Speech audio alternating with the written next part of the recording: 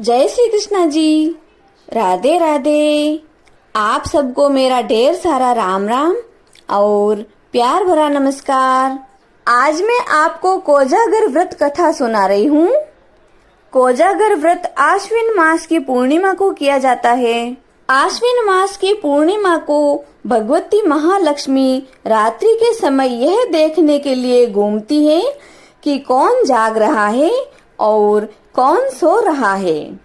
जो जाग रहा है उसे देवी महालक्ष्मी धन देती है, यानी उसके यहाँ धन की वर्षा करती है, और जो सो रहा है वो तो उस अवसर को खो ही देता है।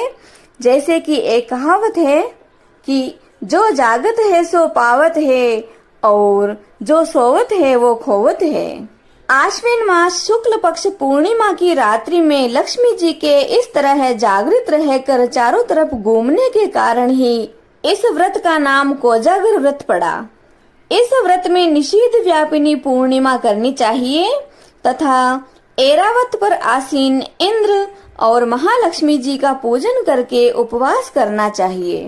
रात्रि के समय घृत पूरित और गंध पुष्प आदि से पूजित कर 108 या यथाशक्ति इससे भी अधिक दीपक प्रज्वलित करके मंदिरों, देव स्थानों, बाग बगीचों, तुलसी, अश्रित वृक्षों के नीचे तथा भवनों में रखने चाहिए।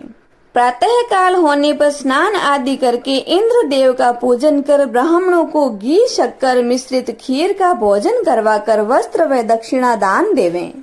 इसके साथ में स्वर्ण के दीपक देने से अनंत फल की प्राप्ति होती है। इस दिन श्री सूक्त महालक्ष्मी स्तोत्र का पाठ ब्राह्मण द्वारा करवाकर कमलगट्टा, बेल, पंचमेवा अथवा खीर द्वारा दशांश हवन करवाना चाहिए। यह तो थी कोजागर व्रत के बारे में जानकारी।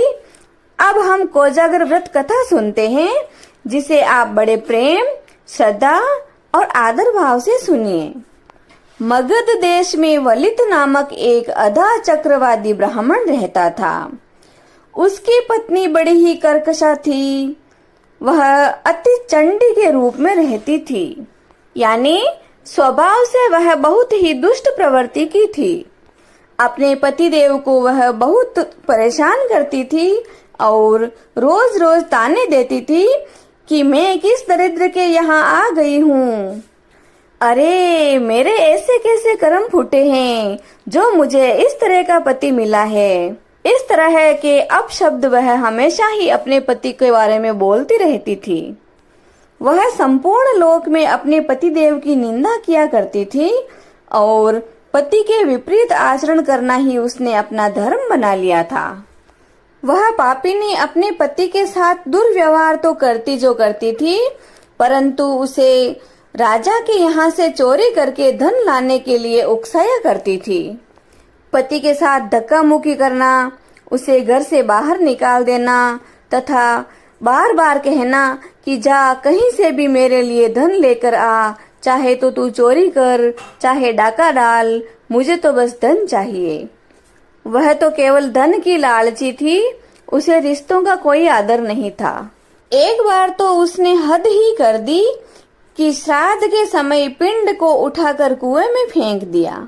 ऐसा दृश्य देखकर उसका पति बहुत दुखी हुआ। अत्यंत दुखी होने के कारण वह पत्नी से बिना कुछ कहे घर से निकल गया। ब्राह्मण देव अत्यंत दुखी होकर वन में चले गए। जंगल में उन्हें नाग कन्याएं मिली। उस दिन आश्विन मास की पूर्णिमा थी। ब्राह्मण देव ने उन नाग कन्याओं के सामने गिड़गिड़ाते हुए, रोते बिलखते हुए कहा कि मैं क्या करूं, मुझे कुछ समझ नहीं आता है। तब नाग कन्याओं ने ब्राह्मण को रात्रि में जागरण कर श्री लक्ष्मी जी को प्रसन्न करने वाला कोजागर व्रत करने को कहा। कोजागर व्रत के प्रभाव से ब्राह्मण के पास अतुल धन संपत्ति हो गई। भगवती लक्ष्मी की कृपा से उसकी पत्नी भी उस कर्कश स्वभाव को छोड़कर निर्मल मति वाली हो गई। कोजागर व्रत के प्रभाव से वे पति पत्नी बहुत ही प्रसन्नता पूर्वक रहने लगे और उनके परिवार में चारों तरफ सुख शांति होने लगी।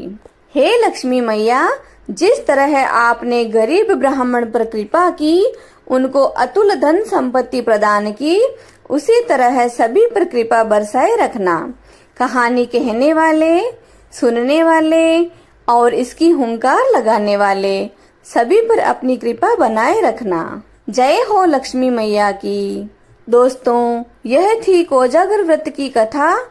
जो आपको कैसी लगी कमेंट बॉक्स में मुझे कमेंट करके जरूर बताना।